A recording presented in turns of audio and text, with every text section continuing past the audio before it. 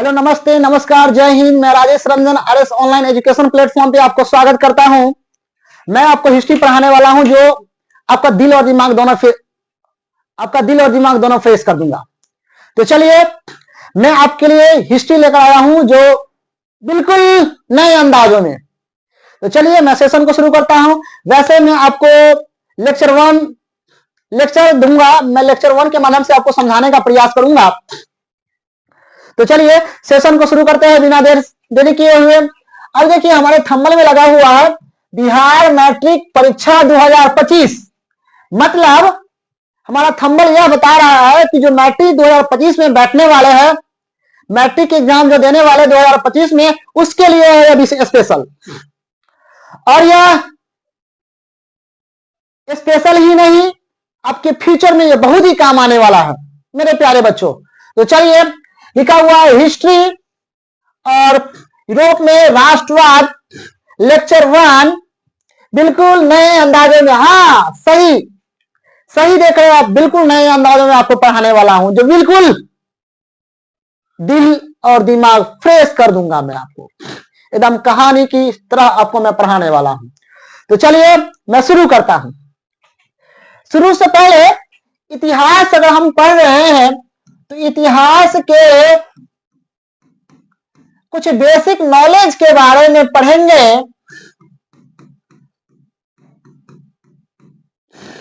इतिहास के कुछ बेसिक नॉलेज के बारे में पढ़ेंगे।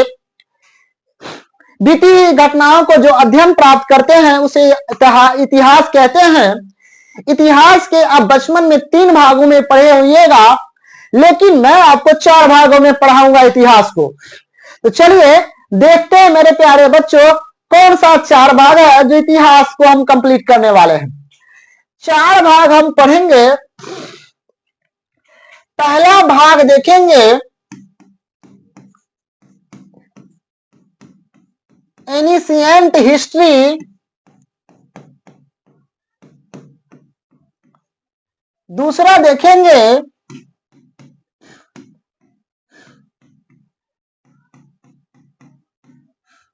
Medieval history.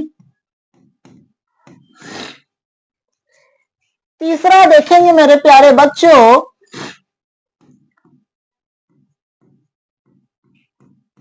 Modern history. चौथा देखेंगे मेरे प्यारे बच्चों वर्ल्ड हिस्ट्री। ये 4 हिस्ट्री को हम अलग अलग भागों में डिवाइड कर दिए हैं। पहला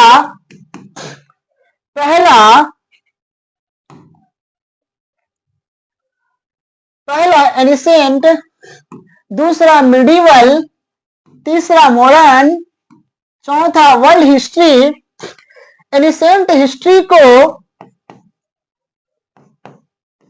प्राचीन इतिहास कहते हैं, जबकि मिडिवल को मध्यकालीन इतिहास कहते हैं।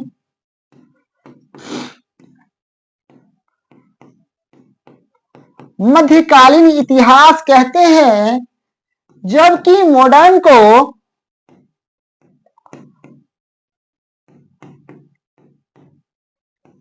आधुनिक इतिहास कहते हैं। और वर्ल्ड हिस्ट्री को विश्व इतिहास कहते हैं। और हिस्ट्री को मैंने 4 भागों में बांट दिया है। पहला एनिशिएंट हिस्ट्री, दूसरा का मिडिवल हिस्ट्री, तीसरा का मॉडर्न हिस्ट्री, चौथा वर्ल्ड हिस्ट्री। इसी प्रकार हम हिस्ट्री को 4 अलग अलग भागों में डिवाइड कर हम पढ़ेंगे, जो बिल्कुल आसान भाषाओं में हम इतिहास की जानकारी प्राप्त करेंगे। अब हम किस इतिहास के बारे में पढ़ेंगे? हम 2025 में मैट्रिक एग्जाम में बैठने वाले हैं, तो हमारे सिलेबस में वर्ल्ड हिस्ट्री के बारे में बताया गया है। तो इस वर्ल्ड हिस्ट्री के बारे में ही हमको पढ़ना है। चलिए, हम वर्ल्ड हिस्ट्री को देखते हैं। अब वर्ल्ड हिस्ट्री को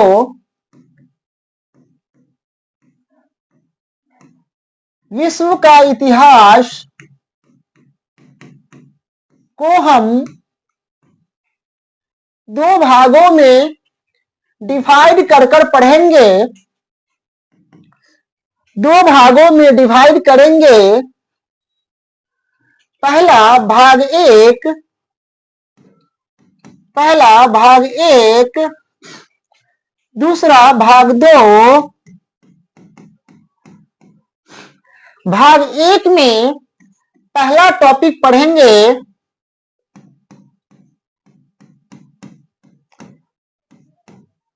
भौगोलिक खोज, दूसरा पढ़ेंगे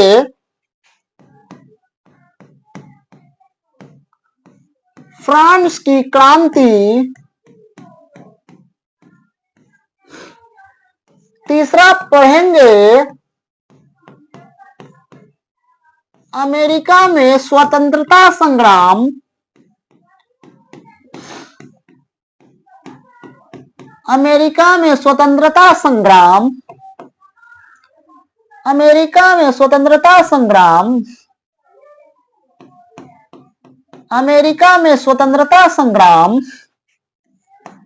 आगे पढ़ेंगे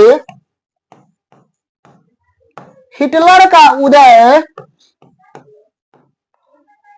हिटलर का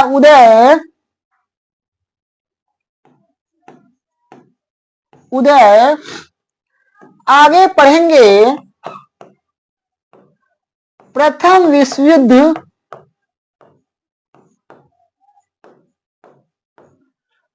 फिर से आगे पढ़ेंगे द्वितीय विश्व युद्ध,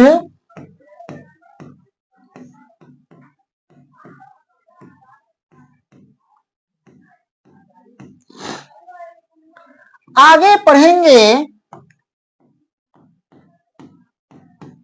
अंतरराष्ट्रीय ऑर्गेनाइजेशन, अंतरराष्ट्रीय संगठन के बारे में पढ़ेंगे। ये 6 चैप्टर है जो आपको भाग एक में पढ़ना है मेरे प्यारे बच्चों। उसी प्रकार वर्ल्ड हिस्ट्री को हम भाग दो में पढ़ेंगे। भाग एक में हम पढ़ेंगे 1488 से लेके 1885 तक। उसी प्रकार भाग दो में पढ़ेंगे 1885 से लेके 1950 तक मेरे प्यारे बच्चों। बहुत ही आसान शब्दों में पढ़ेंगे।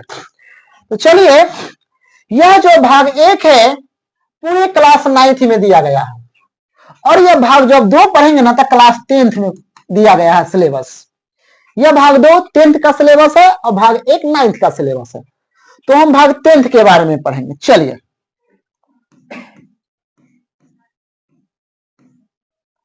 विश्व इतिहास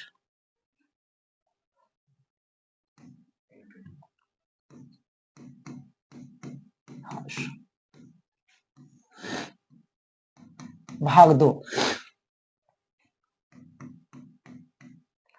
भाग 2 में हमें क्या क्या पढ़ना है? भाग 2 में पहला पढ़ेंगे, पहला टॉपिक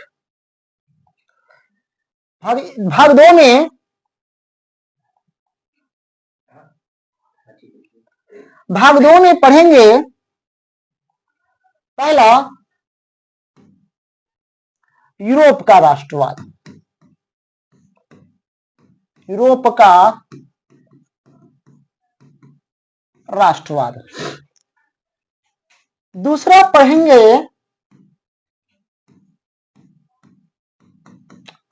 साम्राज्यवाद एवं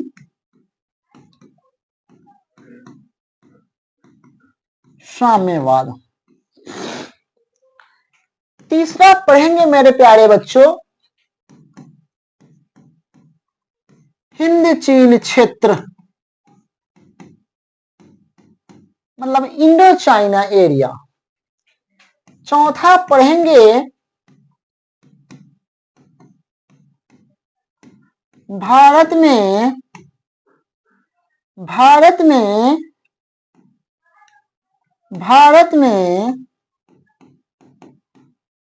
राष्ट्रवाद, नेशनलिज्म ऑफ इंडिया।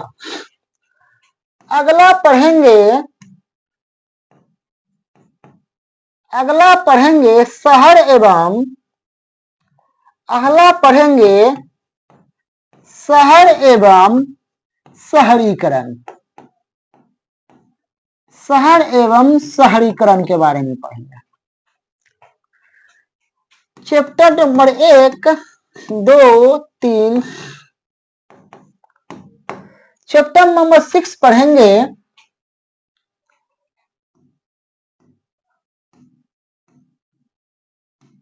अर्थव्यवस्था, अर्थव्यवस्था और आजीविका, और आजीविका, अर्थव्यवस्था और आजीविका। चैप्टर नंबर 7 पढ़ेंगे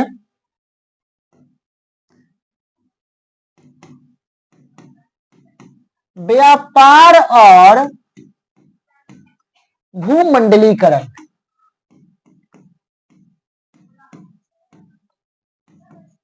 भूमंडलीकरण चैप्टर नंबर 7 पढ़ेंगे। चैप्टर नंबर 8 पढ़ेंगे प्रेस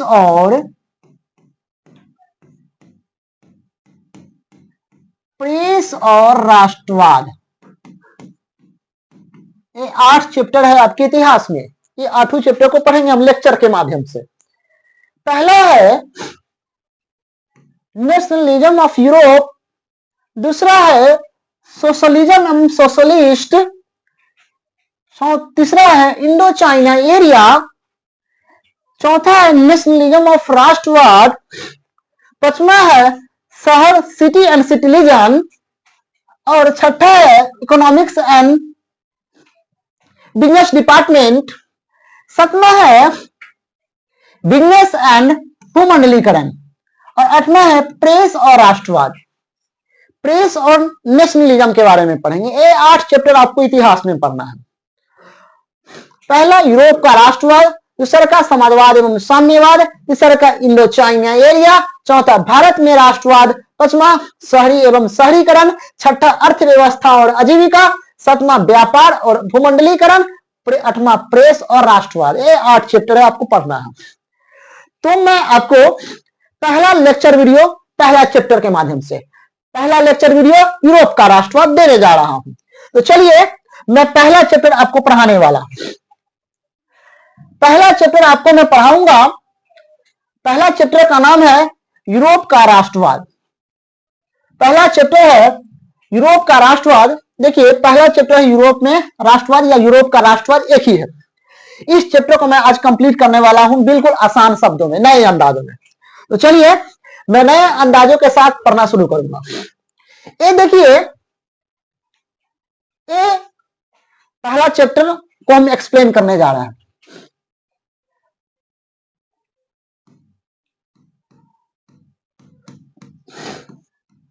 यूरोप में राष्ट्रवाद, यूरोप में राष्ट्रवाद। अब यूरोप में राष्ट्रवाद, अब यूरोप क्या है? यूरोप एक महादेश है।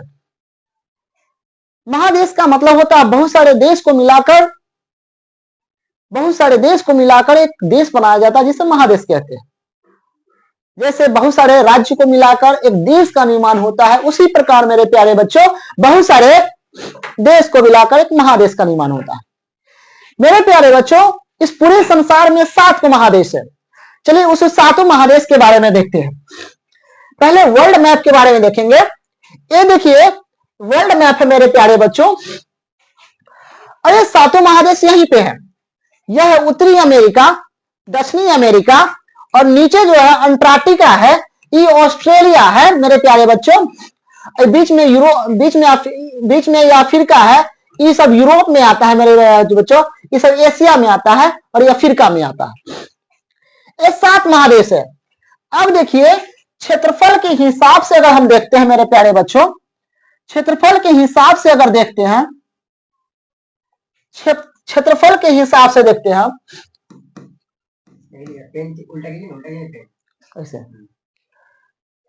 क्षेत्रफल के हिसाब से, क्षेत्रफल के हिसाब से अगर देखते हैं मेरे प्यारे बच्चों, तो दुनिया के सबसे बड़ा महादेश अगर देखा जाए, दुनिया का सबसे बड़ा महादेश एशिया। एशिया। दूसरा है मेरे प्यारे बच्चों, दुनिया के दूसरा सबसे बड़ा महादेश अफ्रीका। दुनिया के तीसरा सबसे बड़ा महादेश देखते हैं मेरे प्यारे बच्चों, ये यूरोप है मेरे प्यारे बच्चों। दुनिया की चौथा सबसे बड़ा महादेश देखते हैं मेरे प्यारे बच्चों, उत्तरी अमेरिका। उत्तरी अमेरिका। पश्चिमा और देखते हैं दुनिया के पांचवा सबसे बड़ा महादेश दक्षिणी अमेरिका। दुनिया के छठा सबसे बड़ा महादेश देखते हैं अंटार्कटिका। और दुनिया के सबसे छोटा महादेश ऑस्ट्रेलिया। दुनिया के सप्तमा सबसे बड़ा महादेश ऑस्ट्रेलिया। अब देखिए मेरे प्यारे बच्चों, इधर है एशिया, ये एशिया है, इधर यूरोप है, ये अफ्रीका है, ये उत्तरी अमेरिका में आता है,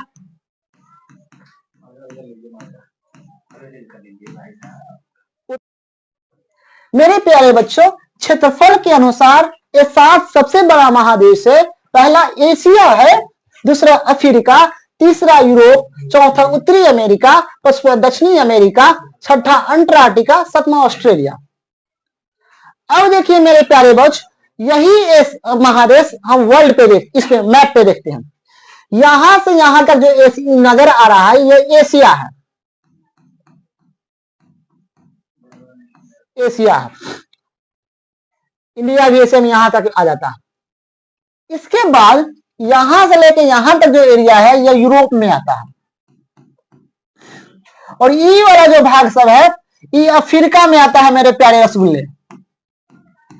और ये वाला जो आपको नजर आ रहा है यहां से यहां तक मेरे प्यारे बच्चों, तो ये वाला जो नजर आ रहा है ये है उत्तरी अमेरिका।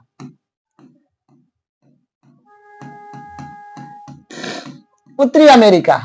और ये जो नजर आ रहा है इसको कहते हैं दक्षिणी अमेरिका। ये दक्षिणी अमेरिका हो गया। और ये सबसे लास्ट में जो नजर आ रहा है मेरे प्यारे रसगुल्ले, ये जो सबसे लास्ट में नजर आ रहा है यह है ऑस्ट्रेलिया। ये है ऑस्ट्रेलिया है मेरे प्यारे रसगुल्ले। और ये जो नजर आ रहा है अंटार्कटिका जो सबसे लास्ट में वर्ल्ड ही वर्ल्ड है। तो आपको मैं वर्ल्ड मैप पे भी बताया कि कौन कौन सा महादेश कहां पे अवस्थित है। एशिया, यूरोप, अफ्रीका, उत्तरी अमेरिका, दक्षिणी अमेरिका, अंटार्कटिका और ऑस्ट्रेलिया। एशिया सबसे बड़ा, अफ्रीका दूसरा सबसे बड़ा, यूरोप तीसरा सबसे बड़ा, उत्तरी अमेरिका चौथा सबसे बड़ा और दक्षिणी अमेरिका पांचवा सबसे बड़ा, अंटार्कटिका छठा सबसे बड़ा और ऑस्ट्रेलिया सबसे छोटा महादेश है। ये है, लेकिन हमको पढ़ना है पहला चैप्टर यूरोप में राष्ट्रवाद, मतलब दुनिया के तीसरा सबसे बड़ा महादेश है यूरोप, उसके बारे में हमको चर्चा करना है। उसके बारे में यूरोप में किस प्रकार राष्ट्रवाद की भावना लोगों में जागती है इसके बारे में पढ़ना है मेरे प्यारे बच्चों। तो चलिए हम आगे आते हैं, यूरोप की बात आते हैं। चलिए यूरोप की अगर बात करते हैं, अब देखिए ये यूरोप का मैप है और इस यूरोप महादेश में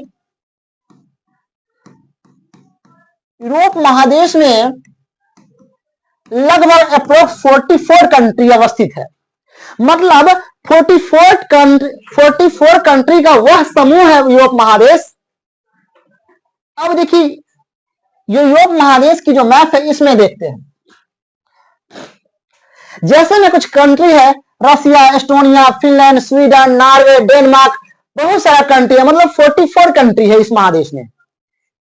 और इस महादेश में नेशनलिज्म की भावना कैसे लोगों में जागती है इसके बारे में हम चर्चा करेंगे।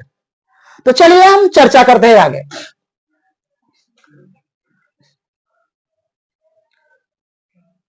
चलिए अब राष्ट्रवाद की भावना को हम जगाते हैं यूरोप में। राष्ट्रवाद की भावना लोगों में कैसे विचार प्रकट होता है यूरोप में। अब राष्ट्रवाद के बारे में पढ़ेंगे, राष्ट्रवाद के बारे में अगर हम पढ़ते हैं मेरे प्यारे बच्चों, राष्ट्रवाद के बारे में पढ़ते हैं तो राष्ट्रवाद दो शब्दों से मिलकर बना है मेरे प्यारे बच्चों। पहला राष्ट्रवाद, पहला राष्ट्र प्लस विचारवाद, पहला राष्ट्र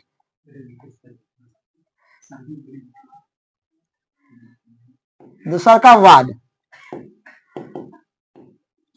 चलिए, राष्ट्र का मतलब होता है, मतलब राष्ट्रवाद यहां दो शब्दों से मेरे प्यारे बच्चों, एक राष्ट्र दूसरा वाद। राष्ट्र का मतलब होता है दोस्त, मतलब देश या मुल्क, और वाद का मतलब होता है विचार। मतलब इसे संकेत मिलता है, इसे दिखाई देता है कि राष्ट्र के प्रति आपका किस प्रकार विचार है, राष्ट्र के प्रति आपका कैसा लगाव है, इसी को राष्ट्रवाद कहते हैं।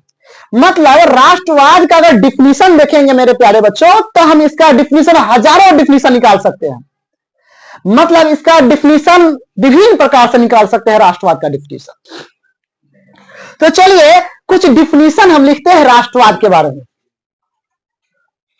राष्ट्रवाद का डिफिनीशन अगर देखते हैं,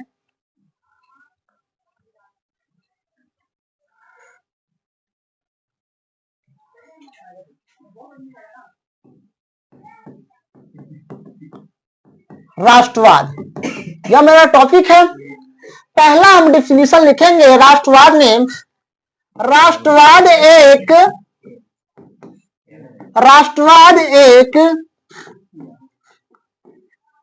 देश के प्रति अटूट प्रेम है। यह पहला डिफिनीशन हो गया मेरे प्यारे वसूले। राष्ट्रवाद एक देश के प्रति अटूट प्रेम है, पहला डिफिनीशन। दूसरा डिफिनीशन निकालते हैं राष्ट्रवाद के बारे में। दूसरा डिफिनीशन लिखेंगे, राष्ट्रवाद एक भावना है। राष्ट्रवाद एक भावना है जो राष्ट्र के अंदर रहने वाले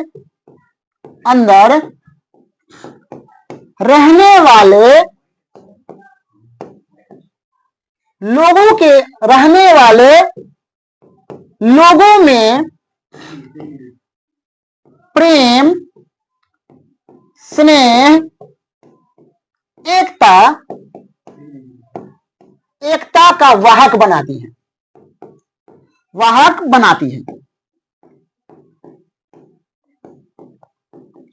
ये देखिए,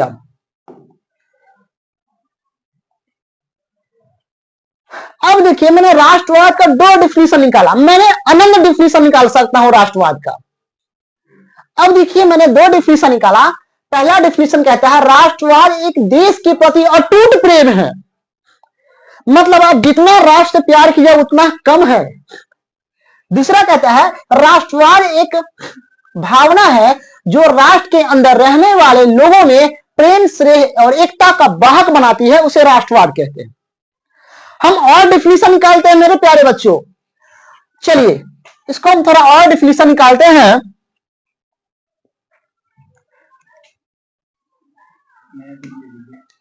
चलिए इसका और डिफिनीशन निकालते हैं हम।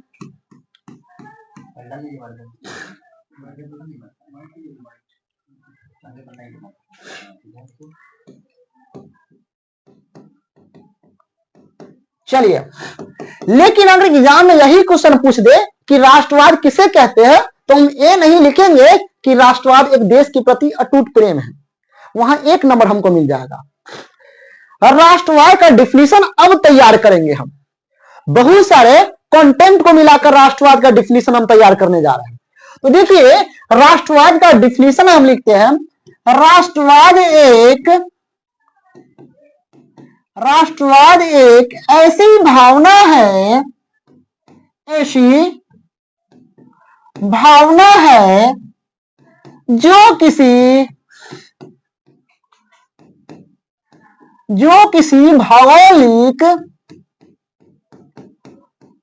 भौगोलिक कौमा सांस्कृतिक परिवेश में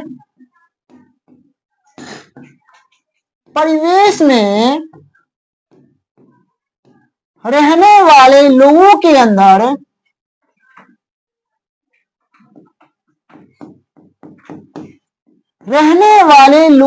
अंदर एकता का वाहक बनाती है, एकता का वाहक बनाती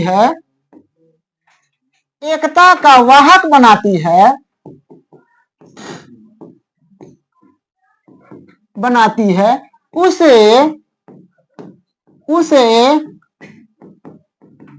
राष्ट्रवाद कहते हैं। उसे राष्ट्रवाद कहते हैं। अब देखिए मेरे प्यारे बच्चों, मैंने राष्ट्रवाद का डिफिनीशन पूरी तरह से कंप्लीट कर दिया है और यही डिफिनीशन आपको बोर्ड के एग्जाम में लिखना है अगर पूछ दे तो। चलिए डिफिनीशन को एक बार और हम समझते हैं। राष्ट्रवाद एक ऐसी भावना है, राष्ट्रवाद एक ऐसी भावना है जो किसी भौगोलिक मतलब वैसे भूमि में जो लोग रहते हैं, सांस्कृतिक मतलब सिविलाइजेशन जिस सभ्यता में आप है, परिवेश में रहने वाले लोगों के अंदर एकता का वाहक बनाती है। मेरे प्यारे बच्चों, बिल्कुल वही कंटेंट पे आए, उसे राष्ट्रवाद कहते हैं। कितना आसान है, इसे रटने की जरूरत नहीं है, बहुत ही आसान है। अब मेरे प्यारे बच्चों आगे देखेंगे कि राष्ट्रवाद का डिफिनीशन देख चुके हैं। अब देखेंगे मेरे प्यारे बच्चों कि राष्ट्रवाद पूरे यूरोप में किस प्रकार प्रभावित होती है, राष्ट्रवाद पूरे यूरोप में किस प्रकार प्रकट होती है। तो चलिए हम आगे देखते हैं। मेरे प्यारे बच्चों, आप फ्रांस की क्रांति पढ़े होइएगा क्लास 9th में। फ्रांस की क्रांति जब पढ़िएगा तो आपको समझ में आएगा कि राष्ट्रवाद नामक शब्द कैसे प्रकट होता है। चलिए फ्रांस की क्रांति को थोड़ा हम देखते हैं, थोड़ा हम संक्षिप्त में ही इसको देखेंगे फ्रांस की क्रांति को। अब देखिए यह फ्रांस की क्रांति है, फ्रेंच रेवोल्यूशन 1789। फ्रेंच रेवोल्यूशन की अगर बात करते हैं 1789 में जब फ्रांस की क्रांति शुरू होती है तो 1789 से पहले की घटना के बारे में जानेंगे कि 1789 में फ्रांस की क्रांति शुरू होने का उद्देश्य क्या था, इसके बारे में पढ़ेंगे। 1789 में से पहले एक योद्धा का जन्म होता है फ्रांस में। उस योद्धा का कहावत है कि इस दुनिया में दो ही ताकतवर चीज है, एक आत्मा है और एक तलवार है, और वह योद्धा कहता है कि आखिर आत्मा तलवार से जीत ही जाती है। उस योद्धा की हम बात करते हैं जो 40 लाख दुश्मनों को बलि के बकरा बना देता है। उस योद्धा की हम बात करते हैं जो 40,000 दुश्मनों पे सिर्फ अकेला काफी है, वो जिसका नाम है नेपोलियन बोनापार्ट। मेरे प्यारे बच्चों, नेपोलियन बोनापार्ट के सिर्फ वो 52 साल जीता है नेपोलियन बोनापार्ट, लेकिन उसकी कहानी अनंत सी लगती है नेपोलियन बोनापार्ट की। तो चलिए हम नेपोलियन बोनापार्ट के कुछ इतिहास के बारे में समझेंगे, उसके बैकग्राउंड के बारे में समझेंगे। तो चलिए नेपोलियन की अगर बात करते हैं, ये है हमारे नेपोलियन अंकल, नेपोलियन चाचा के बारे में थोड़ा पढ़ते हैं। नेपोलियन का जन्म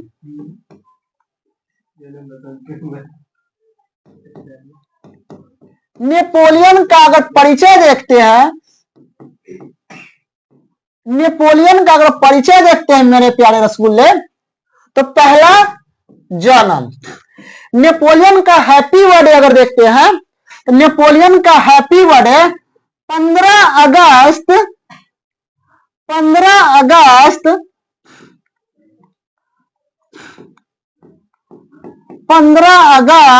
1769 ईस्वी में फ्रांस के कार्सोवा नामक टापू पे हुआ था इसका जन्म। किसका? नेपोलियन अंकल का। चलिए, जन्म स्थल की बात करिया जाए तो कार्सोवा नामक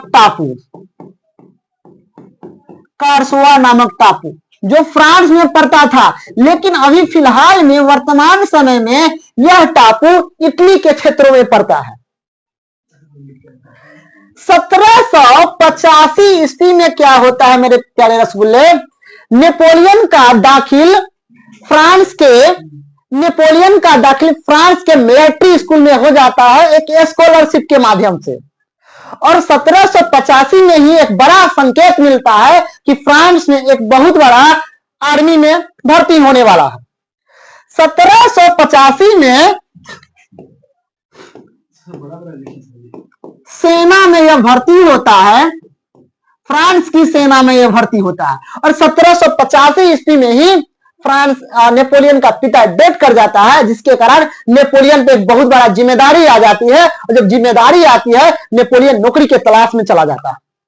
नौकरी के तलाश के चक्कर में फ्रांस के सेना में भर्ती हो जाता है 1785 में, और वहीं से नेपोलियन का बादशाह नामक शब्द उत्पन्न होता है कि नेपोलियन क्या है। आगे देखते हैं, नेपोलियन की अगर बात करते हैं, 1785 में नेपोलियन फ्रांस की सेना में भर्ती हो जाता है। फ्रांस के सेना में जो टैंक चलाने वाले जो रेजिमेंट होते हैं, उस रेजिमेंट में उसकी भर्ती हो जाती है, और उसकी आर्थिक स्थिति धीरे धीरे खत्म होने लगती है। नेपोलियन किस प्रकार एक गरीब घर से फ्रांस के राजा बनता है। अब आइए थोड़ा मैप पर चलते हैं। ये वर्ल्ड मैप है।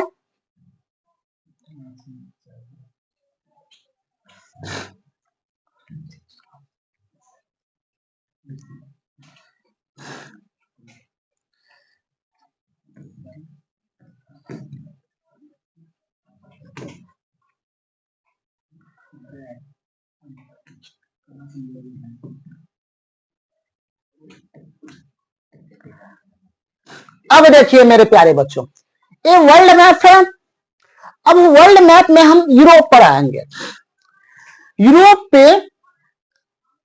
के बहुत ऐसे क्षेत्र है जहां नेपोलियन आसानी से अपने कब्जा कर लेता है।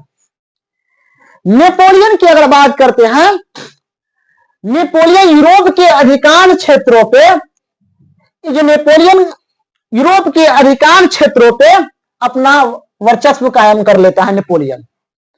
और ऐसे करते करते 1799 ईस्वी में क्या होता है, ऐसे करते करते 1789 में फ्रांस में एक बड़ी क्रांति उत्पन्न होती है, जिसे फ्रांस की क्रांति या फ्रेंच रेवोल्यूशन कहा जाता है। इसी क्रांति में नेपोलियन को राजा बनने का बहुत अपॉर्चुनिटी मिलती है, और नेपोलियन इसका फायदा उठाता है फ्रांस में। चलिए आगे देखते हैं। 1789 में जब लुई 16वां की बात करते हैं मेरे प्यारे, उस समय फ्रांस के बादशाह लुई 16वां था, जो घोर प्रतिक्रियावादी और निरंकुश राजा था। और वह अपने कहां गया भाई, आजा, यही है, देखिए यही है लुई 16वां। लुई 16वां का भी इतिहास बताएंगे। ये जो लुई 16वां है, ये जो अंकल है, घोर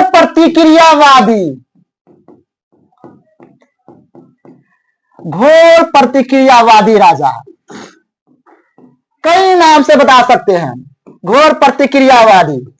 दूसरा निरंकुश, जिस पर कोई अंकुश नहीं लगा सकता है, निरंकुश। और ये इसका एक कहावत है, I am the state, I am the legal, वही राज्य वही कानून। इसी का कहावत है कि मेरे मुंह से जो कुछ भी निकल गया वही नियम है फ्रांस में। और इसी का विरोध करता है वहां की जनता। और कौन जनता? मजदूर वर्ग, यूनियन लीडर के नेता सब करता है। अब देखते हैं इस फ्रांस में लुई 16वां फ्रांस को 3 जाति के आधार पे, कर्म के आधार पे 3 भागों में इसे बांट देता है समाज के वर्गों को। पहला वर्ग लेता है कुलीन वर्ग,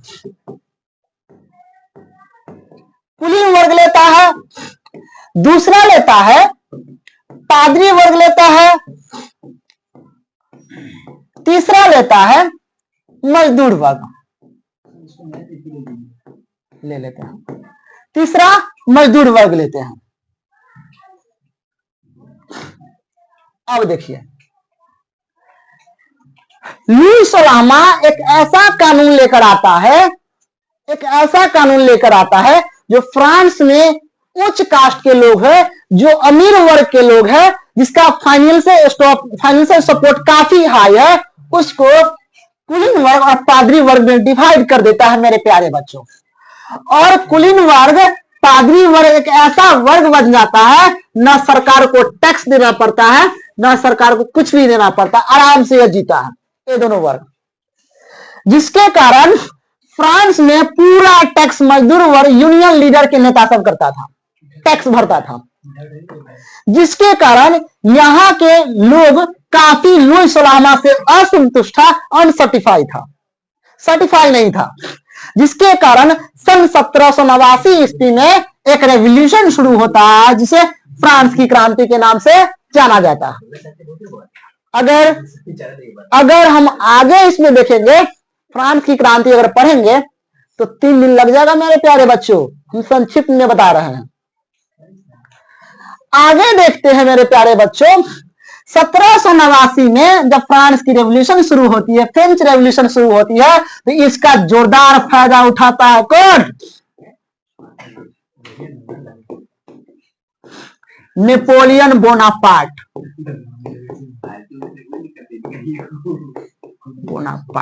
अब समझिए, अब नेपोलियन बोनापार्ट के इतिहास को तो हम बता चुके हैं, अब नेपोलियन बोनापार्ट के कार्य के बारे में बताएंगे। अब देखिए नेपोलियन के कार्य को देखते हैं। यह है नेपोलियन। 1789 ईस्वी में क्या होता है, 1799 में क्या होता है, फ्रांस के जनता नेपोलियन को राजा बना देता है।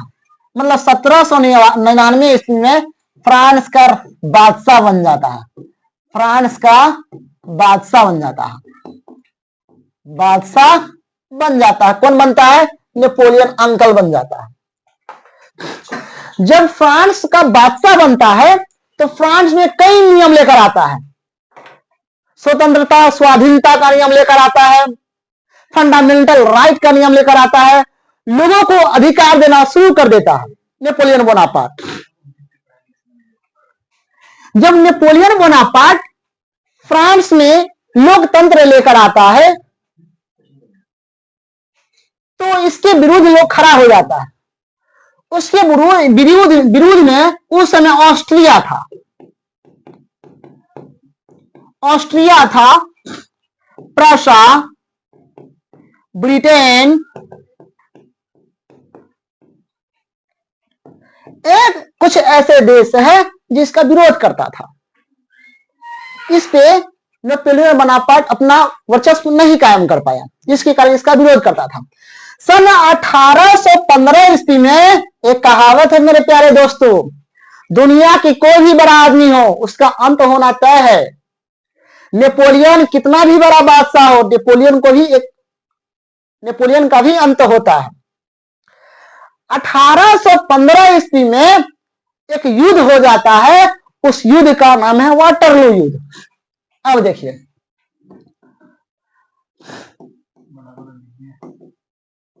इस युद्ध के माध्यम से फ्रांस के राजा नेपोलियन एक साइड और 4 गो देश एक साइड था, और बम्पर युद्ध होता है। बेल्जियम के वाटरलू नामक एक जगह पे 1815 ईस्वी में युद्ध होता है। उस युद्ध को वाटरलू युद्ध कहते हैं 1815 ईस्वी में। इस युद्ध में नेपोलियन हार जाता है और नेपोलियन को पकड़कर एक वेलिंगटन कोई टापू है, उस टापू पे उसको पकड़कर कैदी बना दिया जाता है और 1821 में नेपोलियन का डेथ हो जाता है, टाटा बाई बाई कर जाते हैं नेपोलियन। मतलब 1815 ईस्वी में वाटरलू युद्ध हुआ। तो क्वेश्चन पूछता है कि वाटरलू युद्ध कब होता है? 1815 में। ये वाटरलू कहां पड़ता है? तो बेल्जियम में। बेल्जियम में। यह किस महादेश में? हम जितने भी देश का बात किए हैं सब यूरोपियन कंट्री है, सब यूरोप महादेश में ही आता है। कुछ ऐसा कंट्री है जिसका नाम लिखेंगे, उसकी राजधानी करेंसी भी पूछती है तो सब बताएंगे। 1815 में वाटरलू युद्ध होती है और नेपोलियन का अंत हो जाता है। और 1815 ईस्वी में उस समय, समझ जाइए, उस समय ऑस्ट्रिया का राजा मेटरनिक, ऑस्ट्रिया का चांसलर मेटरनिक फ्रांस में पुरातन व्यवस्था लेकर आता है और लागू करता है पुरातन व्यवस्था। और यहां से शुरू होता है मेरे प्यारे बच्चों मेटरनिक युग की शुरुआत। नेपोलियन युग खत्म, मेटरनिक युग की शुरुआत। तो मेटरनिक युग की शुरुआत कब होती है? 1815 ईस्वी में। कुछ ऐसे जैसे ऑस्ट्रिया, प्रासा, ब्रिटेन, जर्मनी जो यूरोप महादेश में आते हैं। तो चलिए कुछ ऐसे जैसे जो लेते हैं। तो आज का टॉपिक हम अगले टॉपिक मेटरनिक युग के बारे में अगले टॉपिक में पढ़ेंगे। चलिए लेकिन कुछ देश ले लेते हैं यूरोपियन कंट्री। जैसे पहला देश लिखेंगे जर्मनी, जर्मनी। दूसरा लेते हैं इटली, तीसरा लेते हैं फ्रांस, फ्रांस। चौथा लेते हैं प्रशा, पांचवा लेते हैं हंगरी, छठा लेते हैं ऑस्ट्रिया, ऑस्ट्रिया। सातवां लेते हैं यूनान, यूनान। आठवां लेते हैं इंग्लैंड, सातवां। आठवां लेते हैं, सॉरी 8 और 9, चलिए रूस। चलिए 10वां लेते हैं बेल्जियम। ये सब देश लेते हैं। ये जितने भी देश लिखे हैं मेरे प्यारे बच्चों ये सब यूरोप महादेश में आता है। इसका थोड़ा कंट्री कैपिटल लेते हैं। तो जर्मनी की अगर राजधानी लगता है तो जर्मनी की राजधानी है बर्लिन। एक राजधानी भी पूछ देता है एग्जाम में कभी कभी। इटली की राजधानी है मेरे प्यारे रसूल रोम। फ्रांस की राजधानी है पेरिस। प्रसा की राजधानी आप कमेंट करके बताइएगा, मैं नहीं बताऊंगा। हंगरी की राजधानी बुडापेस्ट, बुडापेस्ट। ऑस्ट्रिया की राजधानी वियना। यूनान की राजधानी एथेंस, यूनान की राजधानी एथेंस। इंग्लैंड की राजधानी लंदन। रूस की राजधानी मॉस्को और बेल्जियम की राजधानी, इसका भी कमेंट करके आप बताइएगा। तो जितने भी टॉपिक पढ़ाए हैं आज, उम्मीद करता हूं कि आपको समझ में आया होगा। और इस वीडियो को आप 2 बारी, 3 बारी, 4 बारी, 5 बारी, जितना समय मिले उतना आप देखने की प्रयास कीजिए ताकि आपका जो है ना रिवीजन होते रहे। तो आज के लिए मेरे प्यारे बच्चों इतना ही रहने देते हैं। इसका अगला एपिसोड मेटरनिक युग अगले एपिसोड में लेकर आएंगे। आज के लिए इतना ही। थैंक यू, धन्यवाद। आप लोग पढ़ते रहिए, हमेशा खुश रहिए। थैंक यू, धन्यवाद।